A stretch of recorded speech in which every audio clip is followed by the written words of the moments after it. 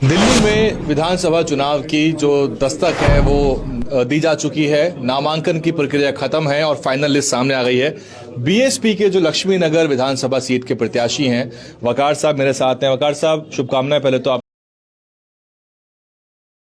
Ticket मिला और नामांकन भी सक्सेसफुल रहा। बहुत बहुत शुक्रिया। तमाम डीएनडी हिंदी और तमाम साथियों के दर्शकों को बहुत बहुत शुभकामनाएं। सवाल मेरा बहुत सीधा सा है कि टीवी की मीडिया में लड़ाई सीधी भाजपा और आम आदमी पार्टी के बीच में है, और क्योंकि बसपा के पास प्रवक्ता नहीं है और सोशल मीडिया पर सक्रियता नहीं है, तो कैसे उस बाइनरी को तोड़ेंगे? द्विपक्षीय बना रहे हैं वो चुनाव को।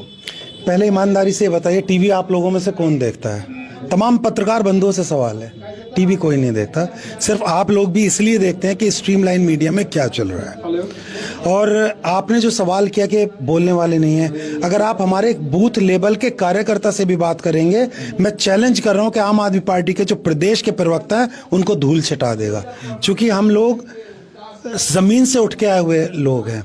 हम लोग राजशाही नहीं, हम सोने का चम्मच लेके पैदा हुए हुए लोग नहीं हैं। हम लोगों ने सड़क से लेके संसद तक का संघर्ष देखा है।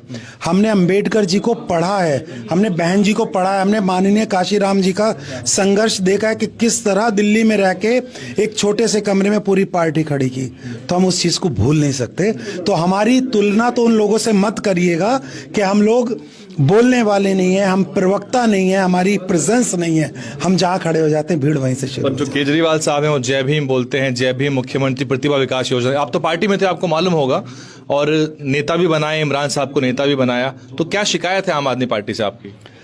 आपने उनको देखा वो बाबा साहब की फोटो कहाँ लगाते हैं? अपनी फोटो बहुत बड़ी लगाते, बाबा साहब के कोने में लगाते हैं।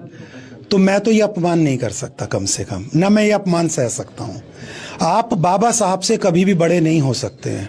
आप मुख्यमंत्री बन जाएं, आप प्रधानमंत्री बन जाएं, लेकिन बाबा साहब ने मुझे अधिकार दिया है। आज मैं सीना चौड़ा के आप लोगों के सामने बात कर रहा हूं। आज मैं लक्ष्मी नगर से फाइट कर रहा हूं सिर्फ एक आदमी की वजह से, बाबा साहब भीमराव अंबेडकर की वजह से। वो संविधान में नई बराबरी का हिस्सा देते तो आज ये लोग तो कर देते, हमारी हालत शायद दोयम दर्जे की कर देते। जैसे ये लोग बोलते हैं कि मुसलमान पाकिस्तान जाओ, क्यों जाए पाकिस्तान? हमारे बुजुर्ग यहाँ रहे हैं, तो वो कौन होते भेजने वाले? तो ये बाबा साहब की देन है। बाबा साहब हमारे दिलों में बसते हैं। अरविंद केजरीवाल जैसे लोग तो सिर्फ बाबा साहब की फोटो या बाबा साहब का नाम का उपयोग करके आगे बढ़ रहे हैं। जो भाजपा को हराने की कवायद है दिल्ली में, उससे पूरा जो मुस्लिम तबका है और दलित समाज का भी तबका, वो केजरीवाल साहब के साथ है कि बीजेपी को बाहर रखना सत्ता से। लेकिन ताहिर हुसैन वाला मामला आपको याद है, अमानतुल्लाह खां साहब वाला मामला है, या जो मरकज वाला मामला जिसमें केजरीवाल साहब ने अलग से गिनती बताई थी कि ये मरकज के कोविड के पेशेंट हैं। तो कैसे देख रहे हैं, क्या मुस्लिम समाज जो है चीजों को बेहतर समझ पा रहा है अब? देखिए, पहले कहा जाता था मुस्लिम और दलित समाज के ऊपर ठीकरा फोड़ दिया जाता था कि आप लोगों की जिम्मेदारी है भाजपा को अलग करो। भाई, हम क्यों जिम्मेदारी उठाएंगे? क्या भारतीय जनता पार्टी से बाकी लोग परेशान नहीं है? क्या आज मेरे सामने एक दुकान कर रहा वो दुकानदार परेशान नहीं है? क्या जीएसटी उसको नहीं लगती है?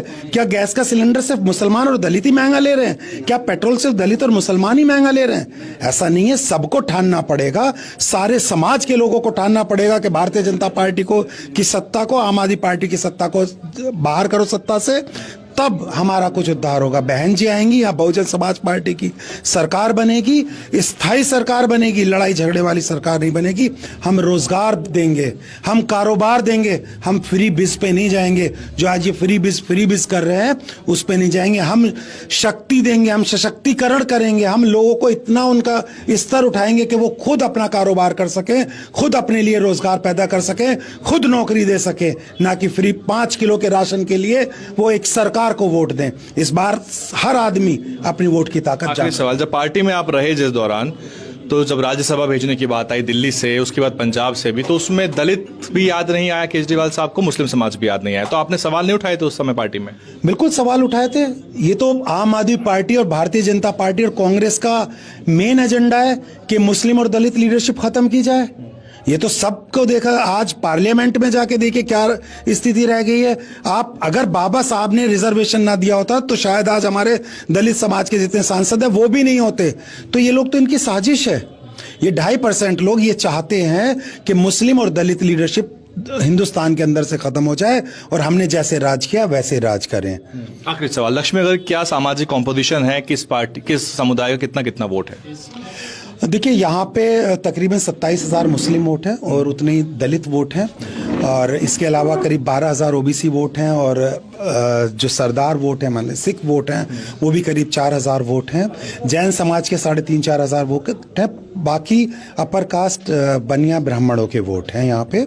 तो स्थिति बढ़िया है, और अगर एक तरफा वोट पड़ जाते हैं यहाँ पे तो बहुजन समाज पार्टी के लिए जीत को कोई रोक नहीं सकता है। आप अपना प्रतिनिधि किसे मानते हैं यहाँ पर? देखिए मैंने पहले भी बताया कि 2 आदमी भारतीय जनता पार्टी के मेरे खिलाफ लड़ रहे हैं। दोनों लोग भारतीय जनता पार्टी के, बस निशान उनके अलग अलग हैं। एक ने झाड़ू निशान लिया हुआ है, एक ने फूल लिया हुआ है, लेकिन दोनों भारतीय जनता पार्टी के हैं, तो मेरी उन दोनों से ही लड़ाई है।